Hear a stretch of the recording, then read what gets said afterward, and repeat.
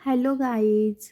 पिछले वाले लेक्चर में हमने देखा था फिजियोकेमिकल प्रॉपर्टीज। आज हम पढ़ेंगे drug metabolism. Drug metabolism exam के थ्रू से बहुत इंपॉर्टेंट टॉपिक है।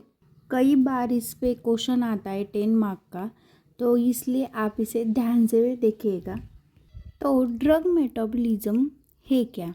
तो drug metabolism also known as biotransformation, the conversion of drug from one chemical form to another. हम डिटेल में पढ़ते हैं ड्रग मेटाबॉलिज्म है क्या। ड्रग मेटाबॉलिज्म यानी हम कोई भी ड्रग लेते हैं, कोई भी ड्रग हो उसे हम अगर लेते हैं तो वो हमारे बॉडी में चला जाता है और उसकी कुछ एक्शन दिखाता है, और वो ड्रग एक्शन दिखाने के बाद हमारे बॉडी से बाहर आ जाता है। इस सारी प्रोसेस को हम मेटाबॉलिज्म कहते हैं। तो ये देखो, जो ड्रग होते हैं उसमें कुछ ड्रग हमारे वाटर सोल्यूबल होते हैं और कुछ ड्रग हमारे लिपिड सोल्यूबल होते हैं। वाटर सोल्यूबल ड्रग यानी कौन से? वाटर सोल्यूबल ड्रग को हम क्या कहते हैं? हाइड्रोफिलिक कहते हैं। और लिपिड सोल्यूबल जो ड्रग है उसे हम लिपोफिलिक कहते हैं। हमारे ड्रग इन दो नेचर के होते हैं। कौन से? हाइड्रोफिलिक और लिपोफिलिक नेचर के। जब हम कोई ड्रग लेते हैं तो वो ड्रग क्या करता है? पहले बॉडी पे एक्शन दिखाता है, और वो एक्शन दिखाने के बाद वो हमारे बॉडी से बाहर चला जाता है। तो ये देखो, जो वाटर सोल्यूबल ड्रग है वो यहाँ से हमारे किडनी में जाते हैं, और हमारे किडनी में जाने के बाद जब वो किडनी में जाते हैं तो वो ड्रग हमारे स्वेट से, बाइल से, और जो एक्सेल्स्टेड एयर होती है उससे बाहर निकलते हैं। आगे देखते हैं। ये देखो, ये क्या है? लिपिड सोल्यूबल ड्रग है। ये लिपिड सोल्यूबल ड्रग को हम क्या कहते हैं? लिपोफिलिक। ये लिपिड सोल्यूबल ड्रग कन्वर्ट होता है वाटर सोल्यूबल में, इसे हम कहते हैं हाइड्रोफिलिक। और जो भी ड्रग वाटर सोल्यूबल होता है वो पोलर होता है, मतलब इसकी जो पोलैरिटी है वो इंक्रीज होती है। जो भी ड्रग है, जो भी लिपिड सोल्यूबल ड्रग है, वो लिपिड सोल्यूबल ड्रग हम कन्वर्ट करते हैं वाटर सोल्यूबल ड्रग में, मतलब हाइड्रोफिलिक में। और तो फिर वो पोलर हो जाता है और उसकी पोलैरिटी क्या होती है? इंक्रीज होती है। मतलब ड्रग अगर वाटर सोल्यूबल हो तो उसकी पोलैरिटी क्या होती है? इंक्रीज। तो हमने पहले देखा यहाँ कुछ ड्रग जो बाहर नहीं जाते वो ड्रग यहाँ आते, मतलब जो भी एक्टिव ड्रग है वो यहाँ जाके क्या होते? इनएक्टिव फॉर्म में आ जाते हैं। और वैसे ही वो इनएक्टिव फॉर्म में आने के बाद वो ड्रग बाहर चले जाते हैं। और कुछ ड्रग ऐसे होते हैं जो इनएक्टिव फॉर्म में होते हैं और उसका मेटाबॉलिज्म होने के बाद वो एक्टिव फॉर्म में आ जाते हैं। इसे ही हम क्या कहते हैं? प्रोड्रग कहते हैं। जो भी ड्रग है एक्टिव फॉर्म से इनएक्टिव होते हैं, जो उसका मेटाबॉलिज्म होता है, इसे हम क्या कहते हैं? मेटाबॉलाइज्ड कहते हैं। और ज़्यादा हमारा मेटाबॉलिज्म कहाँ होता है? तो लीवर में होता है। और ये जो ड्रग है kidney, intestine, lungs and plasma में भी माइनर इसका मेटाबॉलिज्म होता है। इस मेटाबॉलिज्म होने के लिए ड्रग के कुछ दो टाइप है, फेज़ 1 और फेज़ 2 में इसे डिस्ट्रीब्यूट किया गया है। हमने पहले भी देखा जो हाइड्रोफिलिक ड्रग है वो हाइड्रोफिलिक ड्रग डायरेक्टली एक्सक्रीट होते हैं किडनी के थ्रू से, मतलब हाइड्रोफिलिक जो ड्रग है वो डायरेक्टली बाहर जाते हैं हमारे बॉडी से। पर जो लिपोफिलिक ड्रग है वो लिपोफिलिक ड्रग डायरेक्टली हमारे बॉडी से बाहर नहीं जाते, तो उसका हमें मेटाबॉलिज्म करना पड़ता है। तो जो लिपोफिलिक ड्रग है वो लिपोफिलिक ड्रग बाहर जाने के लिए हम इसे फेज़ 1 में डालते। फेज़ 1 में इसकी ऑक्सीडेशन, हाइड्रोलिसिस और रिडक्शन के साथ इसकी रिएक्शन होती है और फिर वो बाहर जाते हैं, तो इसे हम मेटाबॉलाइट्स कहते हैं। और ये इसके साथ रिएक्ट होने के बाद भी अगर बाहर नहीं जाते, कुछ ड्रग रह जाते हैं लिपोफिलिक के, तो इसे हम अगेन फेज़ 2 में डालते हैं।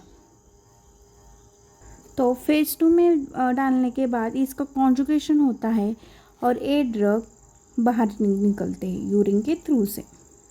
इसका मेटाबॉलिज्म होता है और एक्सक्रिएशन होता है यूरिन के थ्रू से। तो कॉन्जुगेशन यानी क्या? तो कॉन्जुगेशन यानी अगर कोई भी ड्रग हो और वो किसी के साथ रिएक्ट होने के बाद उसका स्ट्रक्चर में बदलाव आए, उसका स्ट्रक्चर कुछ अलग हो जाए, तो उसे हम कहते हैं कॉन्जुगेशन। तो फेज़ 1 में आपको समझ में आ गया होगा कि लिपोफिलिक ड्रग हम इसमें डालते किस लिए? कि इसे एक्सक्रिएट करने के लिए किडनी के थ्रू से। मतलब हाइड्रोफिलिक ड्रग तो डायरेक्टली एक्सक्रिएट होते ही है, पर लिपोफिलिक जो ड्रग है वो डायरेक्टली एक्सक्रिएट नहीं होते, इसलिए हमें इसका मेटाबॉलिज्म करना पड़ता है। इसका मेटाबॉलिज्म हम oxidation, hydrolysis, reduction in process से करते। अगर फिर भी इसका मेटाबॉलिज्म नहीं हुआ तो ये फेज़ 2 में आ जाते हैं और फिर इसका कॉन्जुगेशन होता है और ये एक्सक्रिएट होते हैं यूरिन के थ्रू से। तो कॉन्जुगेशन कौन सी प्रोसेस से होता है? कॉन्जुगेशन में क्या आता है? तो एसिटाइलेशन, सल्फेशन और ग्लूकोथायोन। फेज़ 2 में ये सब आते हैं, तो इसका कॉन्जुगेशन होता है और ये फिर एक्सक्रिएट होते हैं यूरिन के थ्रू से। इसी सारी प्रोसेस को हम क्या बोलते हैं? मेटाबॉलिज्म। इसलिए फेज़ 1 और फेज़ 2 का यूज़ किया गया है ड्रग मेटाबॉलिज्म में, क्योंकि हमें ड्रग का मेटाबॉलिज्म करना पड़ता है। तो पहले हम देखेंगे फेज़ 1 है क्या। अब हम फेज़ 1 देखते हैं। फेज़ 1 में पहला है ऑक्सीडेशन। ऑक्सीडेशन में क्या होता है कि इलेक्ट्रॉन के लॉस होता है और इस प्रोसेस में ऑक्सीजन का एडिशन होता है और हाइड्रोजन रिमूव होता है। तो इसे हम क्या कहते हैं? ऑक्सीडेशन कहते हैं। फॉर एग्जांपल हम ऑक्सीडेशन का देखेंगे रिएक्शन। ऑक्सीडेशन में हमने अभी देखा कि यहाँ ऑक्सीजन का एडिशन होता है और हाइड्रोजन रिमूव होता है। तो पहला एग्जांपल है प्रोपेनॉल। प्रोपेनॉल का स्ट्रक्चर, तो प्रोपेनॉल का रिएक्शन होता है और रिएक्टेंट है CYP2D6 एरोमेटिक हाइड्रोक्सिलेशन। जब ये होता है तो यहाँ क्या होता है? हाइड्रोजन रिमूव होते हैं और हाइड्रोजन रिमूव होते हैं और OH ग्रुप ऐड होता है। ये देखो यहाँ OH ग्रुप ऐड हो रहा है। OH ग्रुप ऐड होने के कारण ये मोर पोलर होता है, पोलर हो जाता है। और अगर इसकी पोलरिटी बढ़ जाए तो इजीली बॉडी से थ्रू आउट होता है, रिमूव होता है ये ड्रग। ये हमारा पहला एग्जाम्पल ऑक्सीडेशन का। अब हम दूसरा देखेंगे ऑक्सीडेशन का एग्जाम्पल, एन ऑक्सीडेशन और एस ऑक्सीडेशन। तो ये स्ट्रक्चर है 2-एसिटाइल अमाइनो फ्लोरीन का। ये देखो हमने लिया स्ट्रक्चर 2-एसिटाइल अमाइनो फ्लोरीन। इसमें हमने क्या किया? एन ऑक्सीडेशन लिया। एन ऑक्सीडेशन लेने के बाद यहाँ है देखो OH ग्रुप, यहाँ OH ग्रुप जाके ऐड होता है। OH ग्रुप ऐड होने के कारण ये मोर पोलर हो जाता है और मोर पोलर होने से हमारी पोलरिटी बढ़ती है, तो हमारा ड्रग इजीली बॉडी से थ्रू आउट होता है। ये हुए हमारे ऑक्सीडेशन के एग्जाम्पल। तो आप क्या करना कि ये जो मैंने बताया है फेज़ 1 में 3 रिएक्शन होते हैं, ऑक्सीडेशन, हाइड्रोलिसिस, रिडक्शन। इन सब के एक एक एग्जाम्पल भी किए तो भी काफ़ी है। इस पे एग्ज़ाम में क्वेश्चन आता है, एग्ज़ाम के थ्रू से बहुत इम्पोर्टेंट है। दूसरा है रिडक्शन। हमने पहले देखा था ऑक्सीडेशन। ऑक्सीडेशन में ऑक्सीजन के एडिशन होते हैं और हाइड्रोजन रिमूव होता है, पर रिडक्शन इसका उल्टा है। रिडक्शन में क्या होता है? रिमूव होता है ऑक्सीजन और एडिशन होती है हाइड्रोजन की, और यहाँ क्या होता है? Gain of electron. और ऑक्सीडेशन में क्या हो रहा था? Loss of electron. तो हम रिडक्शन का एग्जाम्पल देखते हैं। नाइट्रोजेपम, ये देखो ये केमिकल स्ट्रक्चर है किसका? नाइट्रोजेपम का। तो यहाँ कैटलिस्ट क्या यूज़ किया है? Nitro reductase, nitro reduction. अब ये देखो ये जो स्ट्रक्चर है यहाँ पे क्या होता है? हाइड्रोजन की एडिशन होती है, तो इसे हम क्या कहते हैं? रिडक्शन कहते हैं। इसकी पोलैरिटी बढ़ जाती है, पोलैरिटी बढ़ने के कारण ये ड्रग हमारे बॉडी से रिमूव हो जाता है। अब हाइड्रोलिसिस क्या है? Is the chemical breakdown of a compound due to reaction with water is known as hydrolysis. अब हम एग्जांपल देखते हैं हाइड्रोलिसिस का। एस्प्रिन है, देखो ये इसका केमिकल स्ट्रक्चर है। यहाँ हमने कैटलिस्ट क्या यूज़ किया है? Carboxyl stretch. इसका हम हाइड्रोलिसिस करते हैं और हाइड्रोलिसिस करने के बाद सैलिसिलिक एसिड बाहर निकलता है, मतलब यहाँ OH आता है। हाइड्रोलिसिस में क्या होता है? ब्रेकडाउन होता है केमिकल कंपाउंड का, रिएक्शन का, इसे हम हाइड्रोलिसिस कहते हैं। ये हुई हमारी फेज 1 की रिएक्शंस। पहली थी ऑक्सीडेशन, दूसरी थी हाइड्रोलिसिस और तीसरी रिडक्शन। अब हम फेज 2 मेटाबॉलिज्म देखते हैं। फेज 2 मेटाबॉलिज्म को ही सिंथेटिक रिएक्शन कहते हैं। जो भी हमारे फेज 1 में ड्रग थे वो एक्सक्रिएट नहीं हुए, वो सारे ड्रग हम कहाँ डालते हैं? फेज 2 में। Phase 2 reaction, phase 2 metabolism phase 1 से फास्टर है। इसमें जो फेज 1 में एक्सक्रिएट नहीं हुए वो फेज 2 में एक्सक्रिएट होते हैं ड्रग। इसमें ड्रग का कॉन्जुगेशन होता है। कॉन्जुगेशन में कौन कौन से ड्रग होते हैं? ग्लूकोर्निक एसिड, सल्फेट और ग्लाइसिन। फेज 2 में कॉन्जुगेशन होता है ड्रग का और ये फिर से मोरफोलर हो जाते हैं। मोरफोलर होने के वजह से ये हमारे बॉडी से एक्सक्रिएट होते हैं किडनी के थ्रू से। इसका पहला एग्जाम्पल है ग्लूकोर्निक एसिड। ग्लूकोर्निक एसिड इस एंजाइम में क्या यूज्ड होता है? UDP, OH group conjugated with glucuronic acid. OH group तक का कॉन्जुगेशन होता है ग्लूकोर्निक एसिड के साथ। अब हम इसका एग्जांपल देखते हैं सैलिसिलिक एसिड। सैलिसिलिक एसिड जो है एस्प्रिन है, एस्प्रिन की जब रिएक्शन होती है तो उससे सैलिसिलिक एसिड निकलता है और सैलिसिलिक एसिड वहाँ बाहर नहीं निकला, इसलिए हम फिर से सैलिसिलिक एसिड लेते हैं। अब हम सैलिसिलिक एसिड की जो रिएक्शन है उसमें माइक्रोजोमल ग्लूकोर्निल ट्रांसफरेज इसके साथ रिएक्ट होता है सैलिसिलिक एसिड। और ये देखो रिएक्ट होने के बाद कि बहुत सारे OH ग्रुप बाहर निकलते हैं और OH ग्रुप बाहर निकलने के वजह से ये मोरफोलर होता है और मोरफोलर होने से ये हमारे बॉडी से इजीली एक्सक्रिएट होता है ये ड्रग। ये हुआ हमारा ग्लूकोर्निक एसिड। ग्लूकोर्निक एसिड में मोर ड्रग है, मोर एग्जाम्पल है ड्रग के, एस्प्रिन, पैरासीटामोल, पाबा, मॉर्फिन एक्सेट्रा। दूसरा है सल्फेट। सल्फेट जो है उसमें क्या होता है?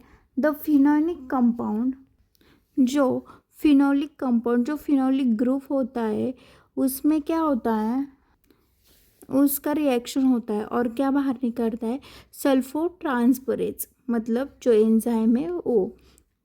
For example methyl dopa, chloramphenicol. या ग्लाइसिन कॉन्जुगेशन भी है। ग्लाइसिन कॉन्जुगेशन यानी in which carboxyl group are conjugated with glycine. जो कार्बोक्सिल ग्रुप यानी COOH, ये जो ग्रुप है वो कॉन्जुगेट होता है ग्लाइसिन के साथ।